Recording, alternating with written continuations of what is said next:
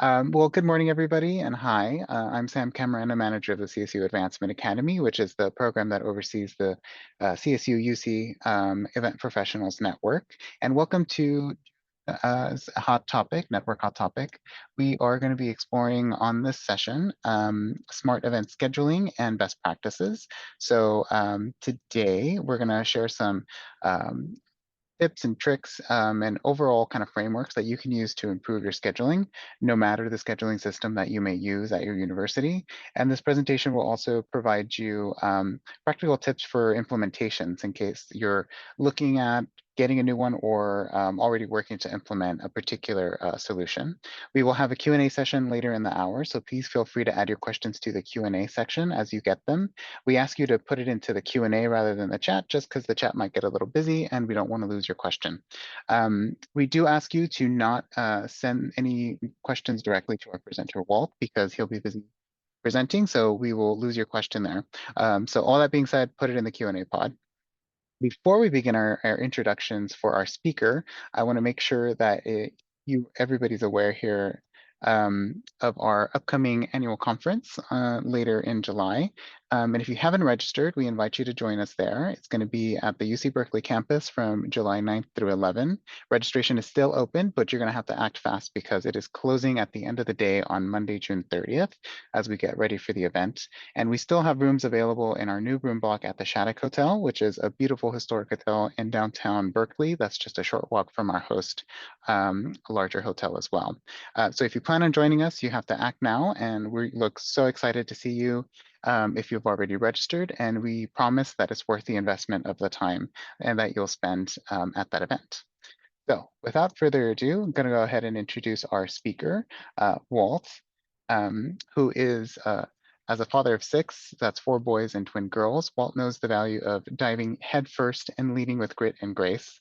With more than 25 years of experience in the conference and special events industry, he brings the same hands-on intensity to every project, whether that's frontline customer service or back-end operation.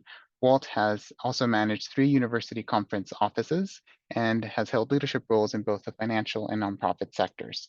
Since joining CollegeNET in 2014, he has served as in product manager and now is a member of the sales team.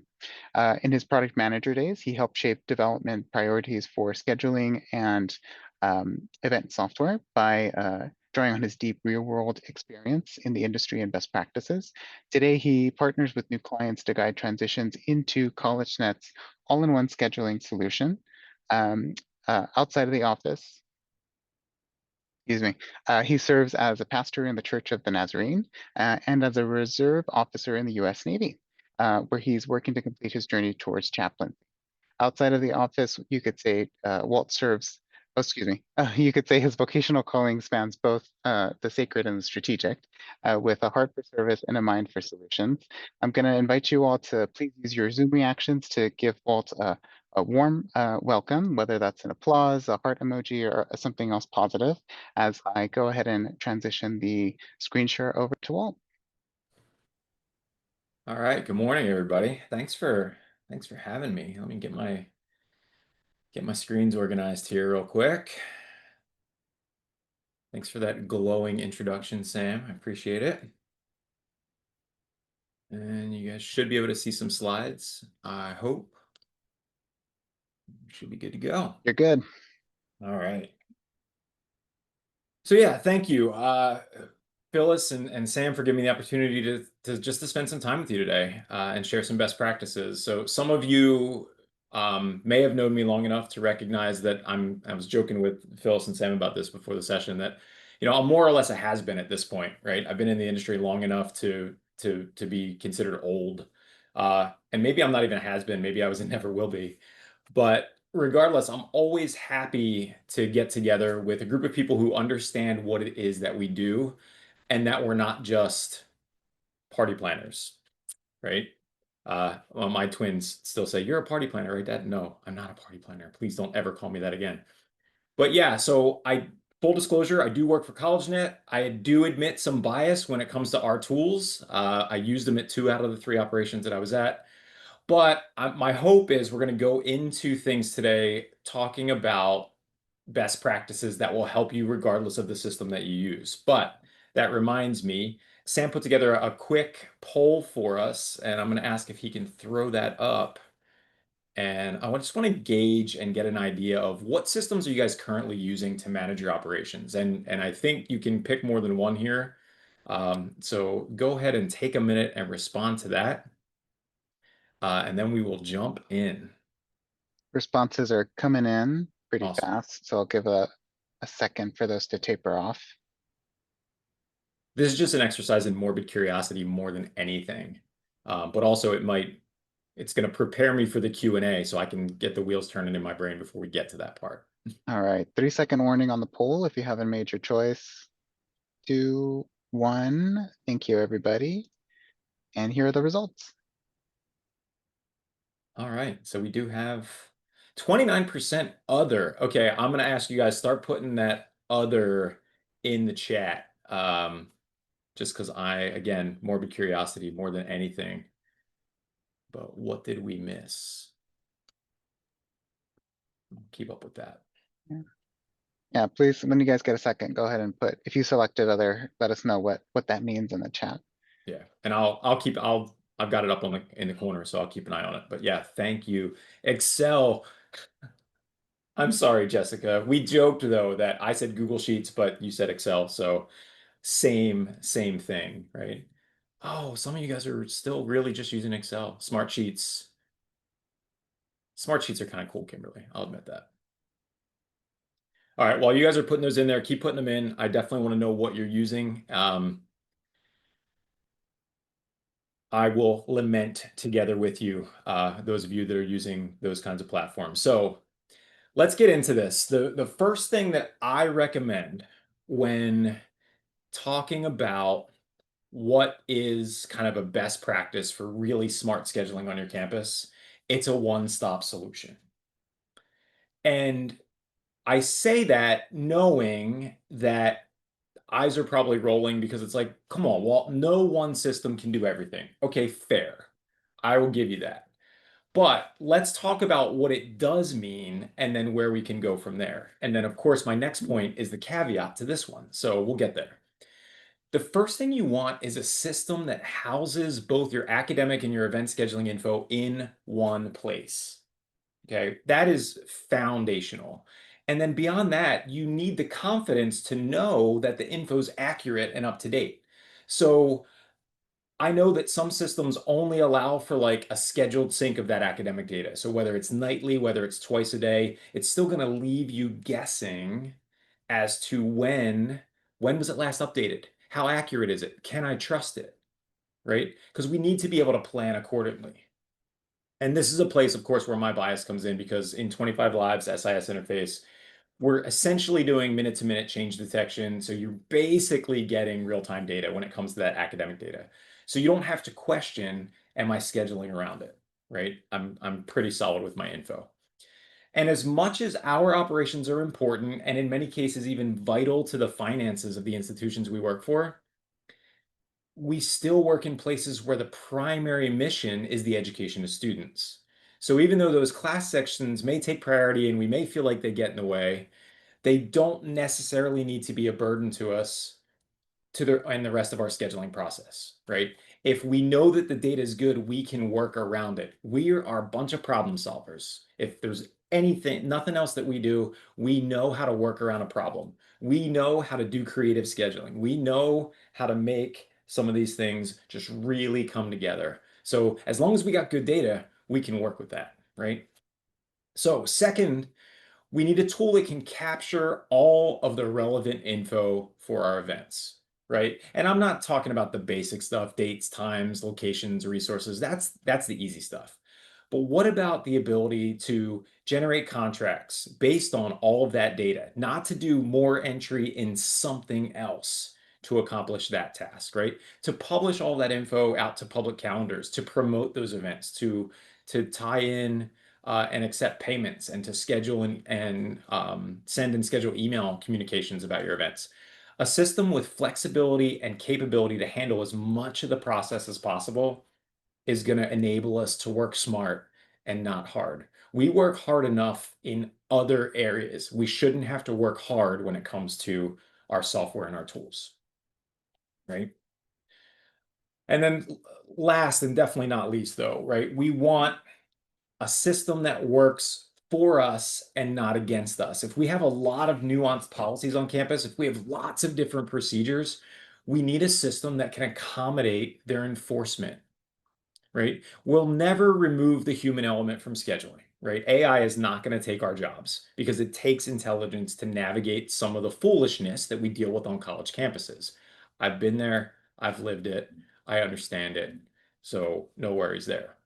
But what we really, really want is to know is, can our system handle the weird stuff? What if our student organizations can only book X number of meetings a month? Can your system enforce that, or does somebody have to manually keep up with that? Do different offices approve spaces depending on the day of the week or the time of the day or the season of the year?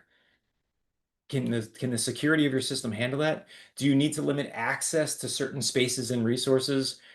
The system needs to be able to keep up with the demands of how we do things on our campus. And yes, sometimes we want it to keep up, and sometimes, and we'll talk about this in a few minutes, we also need it to tell us, or we need smart people around us to tell us when it's like, hey, maybe you need to change your policy on that, right?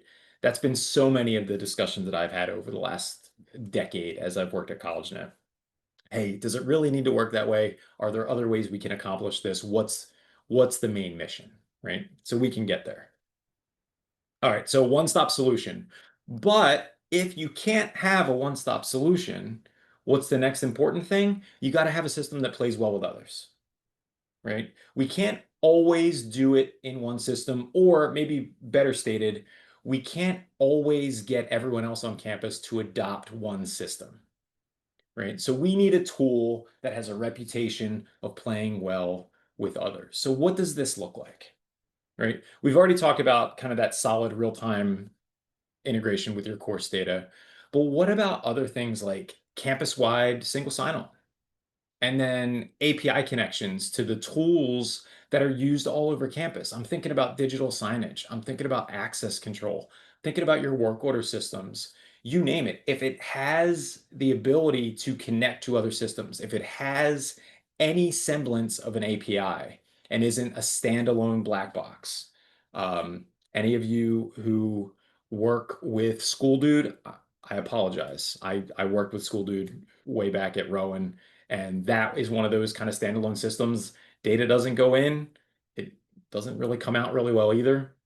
So, but for all the systems that we can integrate with, we want to leverage that power of those integrations, right? Because there are some things that either policy is going to demand we have to do this way. We have to leverage this tool. So if we're stuck there, if we've got a good API, then we at least know, hey, I don't have to double enter that data, right? And hopefully we don't have to make anybody else do it either, because then whatever system we use gives people a bad taste in their mouth.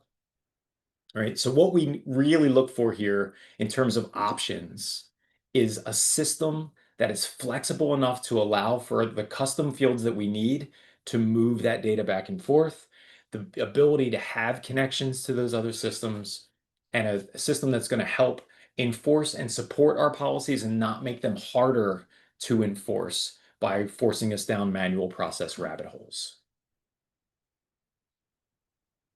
All right. And then the third thing. Your system needs to work the way you need it to work. Right? Now, this, and we talked about this, it might mean that it works well for your current practices, or it may mean that we have the opportunity to adjust policies and practices based on a thorough knowledge and understanding of what is or isn't available in the technology that we're using. Right? If your process or your policy requires 3 different API connections and 6 different people to touch the event, a red flag might go off and say, hey, we can do this better, probably, right? And trust me, I know it. I've worked in state higher ed. I know how complex it can be. But the more that we can do to work smart and not hard, the better off we're going to be at the end of the day. right? And like I said before, we are nothing if not crafty problem solvers in this industry. There's always more than one way to get to an end goal. We just need the info. So if you can't accomplish what you need to directly with the tool at least needs to have really good documentation to help you figure out how to problem solve it, right? How to create an end run around this barrier to your process. The other thing that's really helpful is when you can access your system from anywhere. None of us can afford to be tied to our desktop client, right? When we are supposed to be managing an event across campus or maybe even on another campus or off campus or wherever we are. So a tool that is not just web-based, but available and scalable to work on Macs, PCs, whether you're carrying your laptop with you, whether you've got a tablet, whether you just have to access it from your phone. You want a tool with the flexibility that can give you what you need in your hand when you need it, right? So at the end of the day, it's really, again, about options.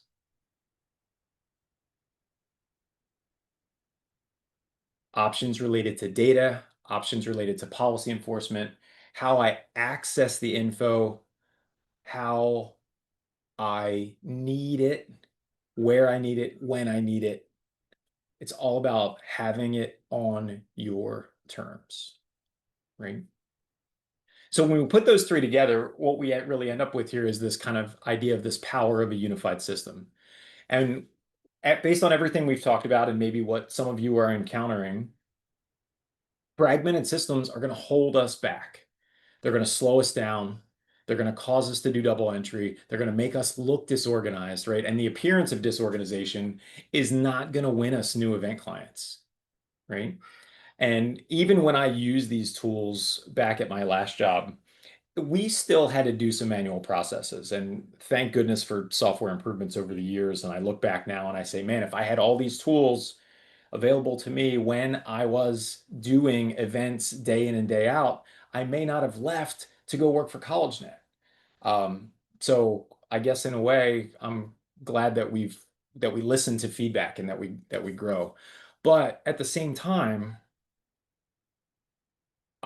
even in some of those manual processes that we had back in the day, to the outside, we looked really, really organized, right? We took in all their data. Yeah, we had to do a little bit of manual entry. We had to do a little bit of manual manipulation in the software. But man, out came a contract that looked perfect. Out came invoices that looked perfect. Our payment process was on point. Everything worked for the client. It was still utter chaos in the office, but we were used to that. We could handle it, right?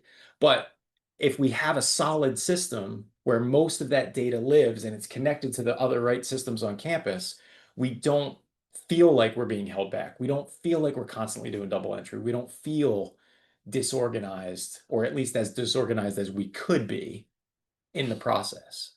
So when we look to a unified system and we know we're all on one platform and we've got total control, and we know that, academics and event scheduling are playing well in the same sandbox.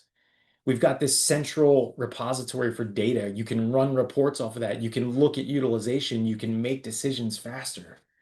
And overall, whether you're totally centralized or completely decentralized, like I was at Rowan University, whether you've got 50 different people on campus who think they own space, or everybody who just plays well together, either way, you're going to have improved collaboration because everybody's got access to the same tools and the same data, right? So I want to allow a lot of time for Q&A and discussion. So I'm going to give you a kind of a couple of takeaways, and then we're going to open it up. So if you are 25 lab customers, then awesome. And if you've got some specific questions, I hope you're putting them in the Q&A tied to nuance. I've got an instance ready to pull up. We can look at some of that stuff. But if you're not, or even if you are, maybe these are some questions for your administrators or some questions to think about. One, what are the strengths of our current tools, whatever they may be? Even Smartsheet, right? What are the strengths of this? How are we leveraging this well? this on the flip side of that, what are our pain points? Because pain points don't necessarily mean you're dealing with a bad system. You could be dealing with a bad implementation. You could be dealing with not leveraging some of the newest and most recent features that are available to you. But so asking the question, where are our pain points? Not just to complain, but I think of it kind of like a cry of lament, right? When we commiserate together, especially as problem solvers, we come up with solutions, usually. And if you ask colleagues from other schools, if you guys talk about your problems and challenges, which I know never happens when you guys get together at conferences, but when you do that, isn't it funny how for you, a problem that you can't solve at your school, you can give all the advice in the world to your colleagues about. And the same is true. And sometimes those solutions actually work out and they stick because every campus is a little bit different, right? So what are our strengths? What are our pain points? And then how can we leverage our current tools to create a more unified scheduling solution? So if you don't know who your system administrators are, regardless of your system on campus, figure out who they are, take them coffee, go get coffee with them, take them to lunch, something, and talk to them about your processes. Talk to them about the strengths. Give them some compliments. They like that. And then talk to them about the pain points. Maybe there are some solutions because they know the software inside and out that they can help you create as we get through this. Okay. All right. So I feel like I've talked enough. So hit me with some questions. Let's talk about how we can help you guys do things better. Awesome. I'll get us started here, but I want to invite the group to go ahead, drop anything you want in the Q&A. I'd figure since we have a critical mass of 25 live users already on the call, you're welcome to ask product questions as well. But I'll get started with one question here, Walt. You mentioned processes a lot in your presentation. Yeah. Do you have any kind of tools or frameworks that folks might want to lean on to help map out some of those processes as they begin to then kind of look at scheduling solutions? Yeah, the best general rule I can give you is don't try to shoehorn your policies into a system. And if any of you have gone through a change in systems, you know exactly what I mean by this because we always build processes and policies around the tools we have at our disposal. So if you're coming from one system into another, what I've run into so many times is, hey, we've got some flexibility. We've got some room here. Do you like that policy? Do you like the way that works for you? Um, if not, okay, here's three different scenarios. Here's some options, but understand first how the tools that you're using work or can work, and then build your policies and procedures around those. When I was an implementation consultant, what I would always say is if there are things about your current process or policy that you don't like, tell me now.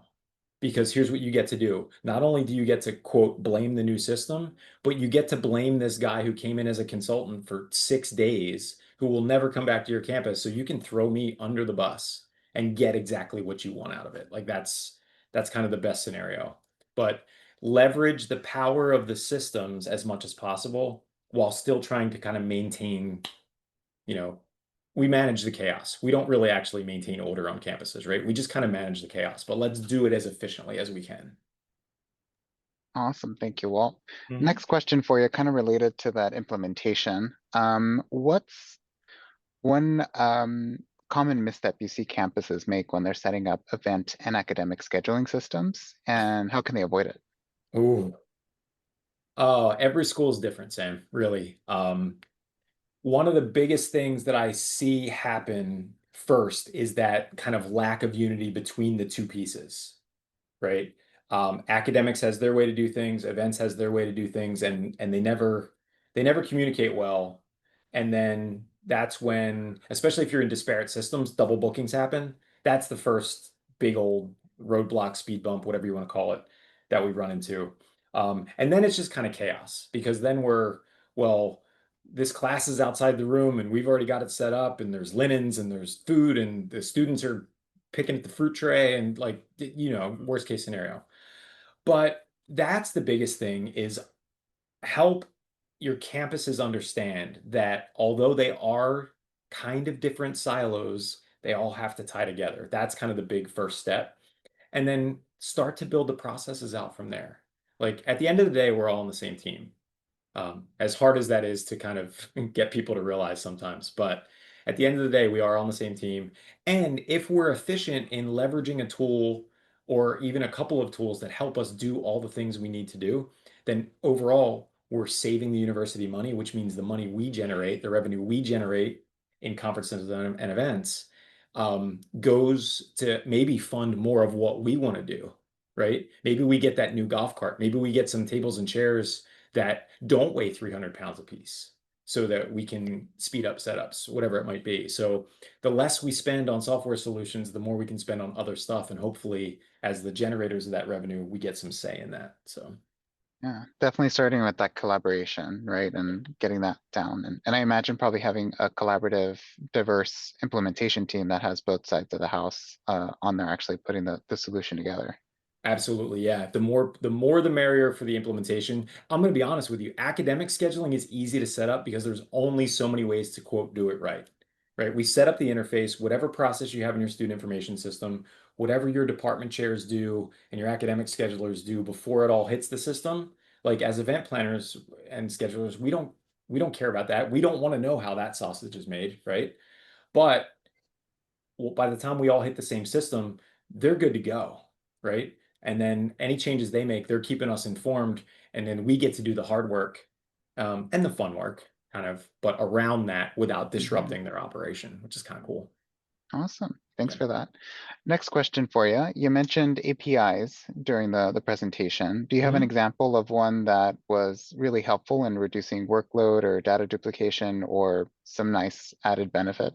Yeah, so I mentioned like digital signage. Digital signage is a huge one because a lot of times people have to double enter that stuff.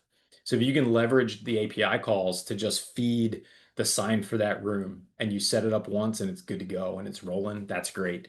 Another one is access control, even building access control. Then a public safety officer doesn't have to walk around with a printed report and unlock the right buildings because that's where the early meetings are. The other one that comes to mind that a lot of schools have been implementing from a green perspective is um, climate controls. So it's tied to the event schedule, so then it knows when to start cooling rooms, when to start heating rooms, I guess. Um, that drives a lot and drives a lot of efficiency. Because if the schedule's clear for the rest of the day in a building, hey, we can drop that set point or we can raise that set point depending on time of year that it is. So those are just off the top of my head, three quick and easy ones that definitely feed other systems that our scheduling tools aren't going to be able to do for us anyway. So Nice, yeah. yeah. That we love reducing redundancies and steps. And yeah, the climate connection one is really cool because then it's a smart building at that point. Mhm. Nice. We did get one 25 Live specific question. Folks are Sure. wondering when the app is coming. Oh, so I get all the testing notifications. I'm one of the guinea pigs. So it is, I want to say, is it third quarter or fourth quarter? It's by the end of the year for sure, at least as of this moment. So that with software development, anything can happen. But there's a live version of the app on my phone, and we're tweaking some visual bugs and stuff like that at this point. It's not as easy as a direct port, but it's coming along. It's lots of progress has been made. So I think we're on like version like 26 of the app at this point that I'm testing on my phone right now. So it's coming Nice. this Very, year. very, very This diplomatic year. answer. Yeah. But again, that's probably your product management side of things come up. So we don't want to overpromise, but it sounds like it's Yeah. on the way. Awesome. I'd Another, rather mhm. say by December and have you be pleasantly surprised in October, right? There you go. All right. Perfect. Don't We'll quote me on just either of those dates though. We'll look forward to that being a fun thing for the holidays then. Awesome. Wondering if you can give me one more example. You mentioned custom fields. Yeah. Any that you can come top of mind that helped in connecting scheduling systems with some other systems on campus, facilities management, risk management work, any of those kind of custom fields that help with some of those workflows? Yeah, on the event side, it could really, I mean, you think of it, it could be anything. I mean, we can allow attachments, images, even links to other things. So there's a great example. Build out a custom field where you can link to and I feel like this is another space that's been changing a lot, but um, I want to call them all seated. They're not called that anymore, but totally web-based diagramming, right? Social tables, totally web-based diagramming. You can drop a link right into your event, and that way the link is always going to be the same, but the diagrams might change. So if your setup crew's working from a tablet, they click the link, they're going to get to the latest version of the application. Uh, on the spaces custom fields would be like that HVAC zone, right? Hey, which zones are we turning on and off based on the schedules in these spaces? So you could build out searches and triggers based off of those HVAC zones attached to those spaces. Those are just a couple of examples of those, but having the flexibility to do those custom fields, you might track something on your campus that's totally left field. No one else has ever thought of it, but whether it's on a space, on an event itself, even on a resource, you have that power and the ability to build in those custom fields to track.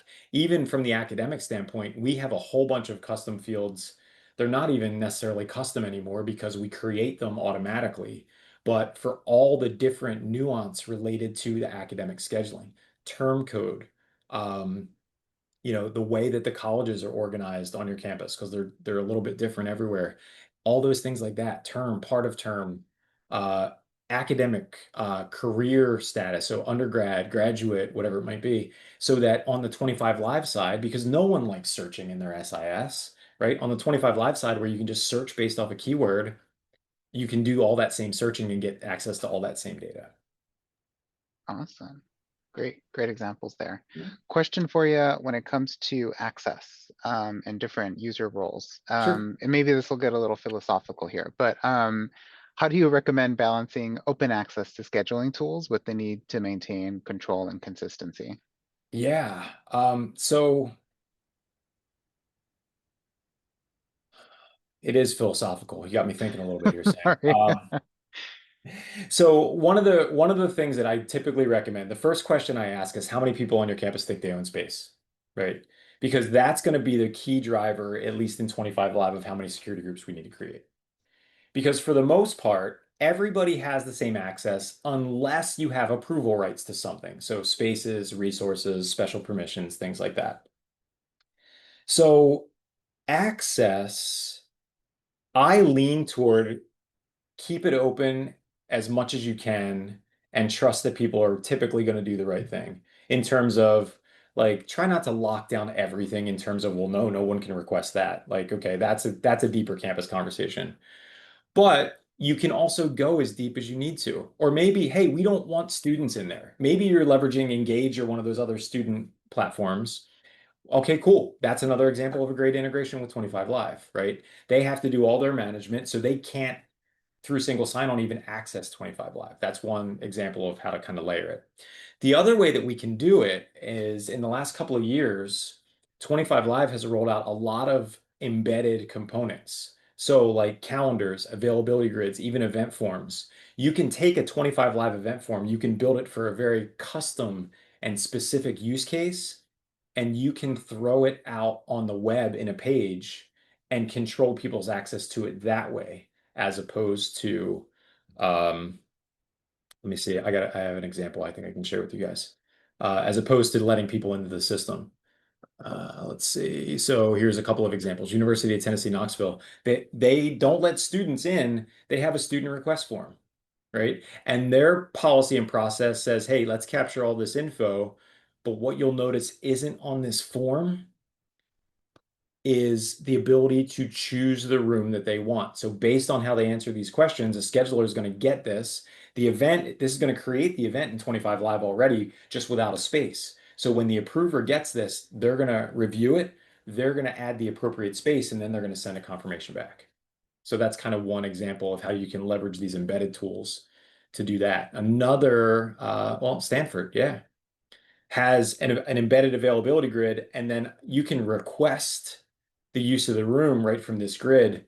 It's going to pop up their form right there. So you never leave the kind of the web page interface, and this is a subset. So if you've got like hoteling for maybe desk space on campus, this would be a way to pull that off. Study spaces in the library, this would be a way to pull that off without ever having to send people specifically into 25 Live to accomplish that kind of one particular task.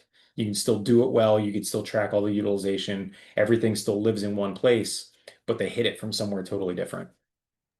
Yeah, and then it's more friendly to the user because they don't have to like be overwhelmed with the whole platform. They're just there for that one specific thing that they're trying to do. Yeah. Oh, I Yeah, can only pick from these 10 spaces. Cool. there you Right. go. That's what you get. Makes it easy. Awesome. So one other question for you. Turnover is a reality in our space where staff changes over. What are your thoughts on the kinds of training, documentation, and support that's available to staff to help get them up and running for this tool, both from 25 Live side of the house for them to learn the product and its capacities, and also Mhm. maybe just some tips in terms of things that departments and the owners, the admins of these tools should document for the way that they have their processes on a campus to onboard. Sure thing. Yeah. So one of the best practice recommendations that is the least followed on a campus, and it's just a question of resources, right? Is always have a backup.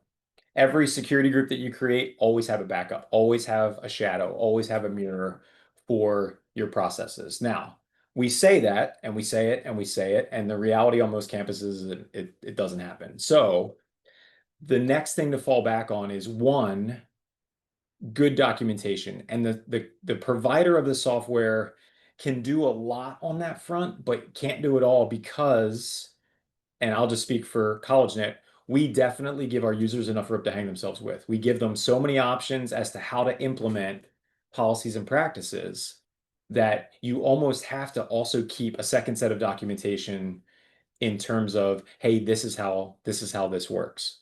Now, that being said, and other systems probably have something similar to this, I'm just going to jump to reports. You guys can still see my screen, right? You seeing 25 Live? Yes. Okay, cool. I'm going to jump to reports and I'm going to grab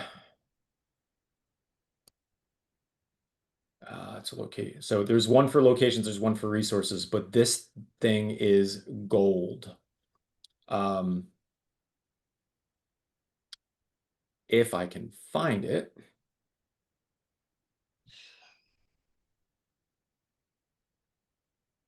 There it is. So location security Excel. I'm going to grab the Excel one because you can sort it, you can filter it.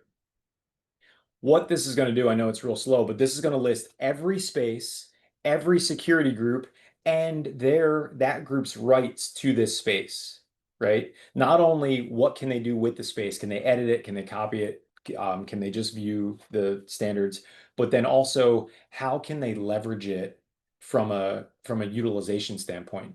Can they request it? Is it not requestable by that group? And then when it's in Excel, filters become your best friend. Hey, show me all the people who can request this space or can't request this space or have approval rights to this space. And you can get a good feel. So knowing that there are probably reports tied to your system is going to be the other thing that's going to get you over that hump. When the first best practice wasn't followed, okay, this person left, they went on to another department, they went on to another university, they didn't leave us any documentation. Okay, where do we start? You probably start with a report like this or with other reports that are going to help you dig into, okay, how was this thing configured to begin with? The second piece of good info I can give you there is never trust someone else's implementation. It doesn't automatically mean that it was 100% right. And try to get some good history on when you were implemented, because there are some things about your environment that haven't changed since you were implemented. Therefore, it's probably time for some change. So I'll give you an example. I went to Rowan University. I'm going to date myself here. in 2007. There are parts of their 25 Live environment that haven't been touched since then, and I know that they need attention and love, right? So even though I knew a lot at the time, so much has changed since they implemented that there are new features, new functionality. There are definitely new ways to do things that would make life better at Rowan. So, and I could say for any of you who are existing customers, if you haven't implemented in the last 5 years, there are probably things you're not leveraging that could be a good thing to learn and to know. For us, with that turnover thing, the only other piece that I'll add is we offer, and our user conference is actually coming up. I'm not going, so I don't remember the exact dates, but I think it's like the week of the 14th, 13th, 14th of July. We have a pre-conference class that is a functional administrator boot camp where it's really like, hey, best practices for managing and maintaining your data, taking advantage of these new features. And I know we offer that pre-conference. I don't know if we offer that at other times of the year, but you could definitely work with one of our consultants if you needed that kind of like, hey, could you review our environment? Could you tell us what we're using well, what we're not using well? And then from there, recommend some training for us. And we do on-demand consulting, we do training and things like that as well. So I think depending on who your provider is, a lot of those similar things should be available. Awesome. Yeah, and good point about being strategic and looking back at some of that implementation, because I imagine, I got plenty to do. So if something's not broken, I'm not going to try to fix it. Right. But also in the process of going back and looking at it, I could gain back some efficiencies that I didn't know about. Something worth kind of working into a team's, annual or biannual strategic planning just to make sure that we're getting the most juice out of the squeeze of using our tools, right? Mhm. Awesome. Alrighty, I think this might be our last question, unless there are others that come through as I ask it. But universities are hosting thousands, hundreds or thousands of events each year, and that's creating a lot of information that may be used for future events, but needs to Mhm. be archived to streamline searches. You have any thoughts on best practices for archiving events and kind of a way to kind of walk the line of archiving too much or too little? Yeah, we have some standard archival practices at college because everything's hosted and it's all software as a service with us. So to keep those databases clean and functioning well, I think it's either 7 or 10 years and we'll start to kind of peel stuff off in terms of events. Audit trail data, which takes up a lot of space. After I think 2 years, that starts to go away because after that, you probably haven't touched the event. You're not looking at it anyway. Um, but the biggest thing that I'd say in terms of performance is always look at how your searches are being constructed. Leverage solid date ranges for those searches so it's only grabbing a certain amount of material, and that's going to help more with performance. So when you're dealing with a hosted solution, I almost recommend that no one ever manually deletes anything in their systems because as soon as you do, you're going to need it. But these kind of rolling practices for data cleanup on the software as a service side, to my knowledge, no one's come back and said, "Hey, you deleted something that I really, really needed," right? If we're copying events like year to year, even every other year, on some kind of cycle like that, um, we should be in a good place to be able to keep that going without too much performance issue. Thanks for addressing that. All right, just gonna do one last little peek into our Q&A pod here, just in case question came in, and we're good. Any parting words you want to leave us with, Walt, in terms of just anything you want to make sure you want to share with the group? Yeah, No I mean, pressure. I could talk about this stuff all day. And it's scheduling software, right? So it's not that exciting. I mean, maybe to some of us it is, but the biggest thing is if you feel like something's not working well for you, um, I'm really easy to get a hold of if you're a 25 Live customer, and you guys all have Shanna, right? So Shanna's going to always give you better advice than me, just because she's just amazing and she's awesome and we love her. But if you have questions about specific nuance and specific, um, hey, I really need this to work this way. I'm a 25 Live customer. Can it work this way? Reach out to me. It's just walt@collegenet.com. And if you're not a customer and you want to see a demo and You're like, hey, look, I don't want to talk to the sales guy. Sorry, I'm the sales guy, but also know that I'm probably like the worst sales guy ever because I just want you to be successful. If our tool helps you do that, awesome. Let's figure out how we can make it happen. I just worked for over a year with Rancho Santiago Community College District. Over a year. They signed, they actually go live. Well, they don't go live. They start their implementation at some point after 7/1. Um, but it was a year in the process of, hey, can it handle this? We're leveraging this tool for this. We're leveraging this tool for this. Can your APIs handle what we needed to? Can we leverage this? And it was a lot of back and forth, and it was a lot of like create. In some cases, it felt like creative problem solving. Like, hey, let's see if we can actually do this. So I may not have all the answers, but man, I would love troubleshooting and problem solving with you, even if that's all we do. So just reach out, let me know. I'm always happy to help.